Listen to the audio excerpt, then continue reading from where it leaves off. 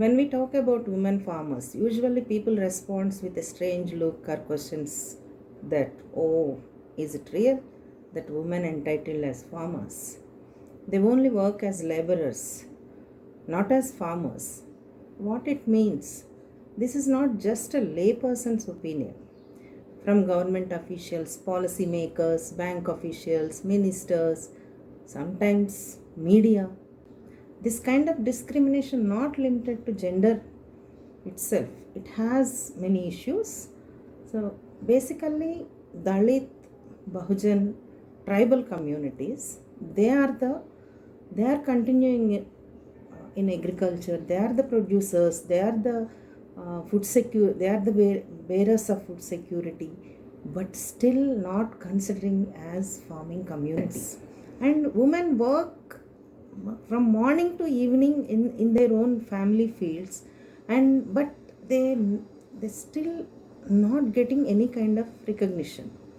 Families think, society thinks it's a natural thing to work, it's a responsibility to work in their own family farm. So but they don't have any kind of entitlements. If any woman asks about her entitlement, she branded as a rebel or some kind of miscreant. Policymakers or government officials don't recognize as women are independent farmers. How can they think about a support system? Because women farmers need women workforce need a lot of institutional support systems.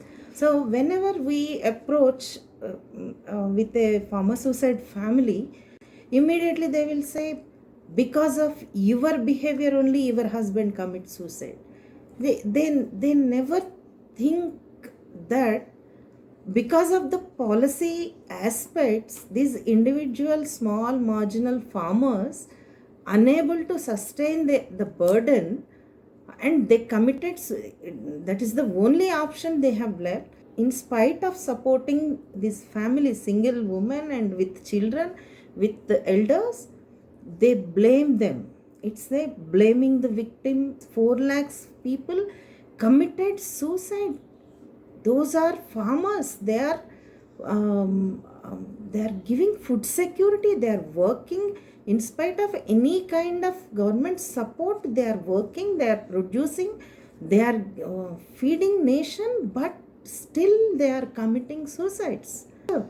4 lakhs people left the farming persons. 4 lakh families. What happened to those families? What happened to those children? What happened to those elders? Are they continuing in agriculture or not? Whether they are getting any kind of support or not, who will think about this? These are the major issues women are facing. One is farmer suicides. Second thing is they are not getting any kind of entitlements. They are not getting as a recognition as a farmer. Still, in policymakers' mind, they think farmer is a man. So that means all the policy related issues around the man-centric aspects. They talk about market. What is women's role in agriculture? They are not just laborers. They are seed protectors. They are working. They have knowledge. They are continuing. But they doesn't have any support system. They are not getting any kind of support system from governments. And they are the they are producers and continuers of the millet based agriculture. They are not for commercial crops, but most of the policies and men are behind the commercial crops, but women are working with sustainable agricultural practices, and they are continuing from generation to generation. They are helping each other, but these things are never part of the reporting. Even media, popular media, is not talking about women farmers. See, official data is showing 70% of rural women workforce in agriculture. Women are more than men in agriculture.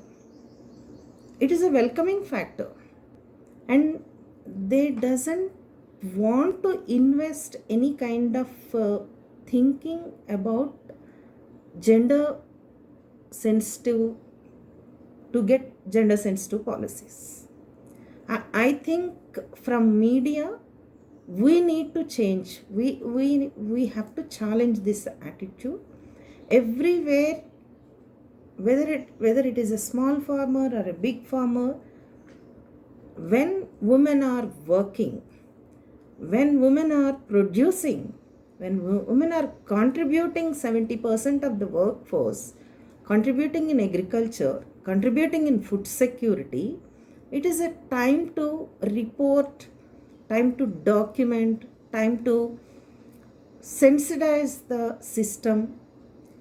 It is the responsibility of journalists.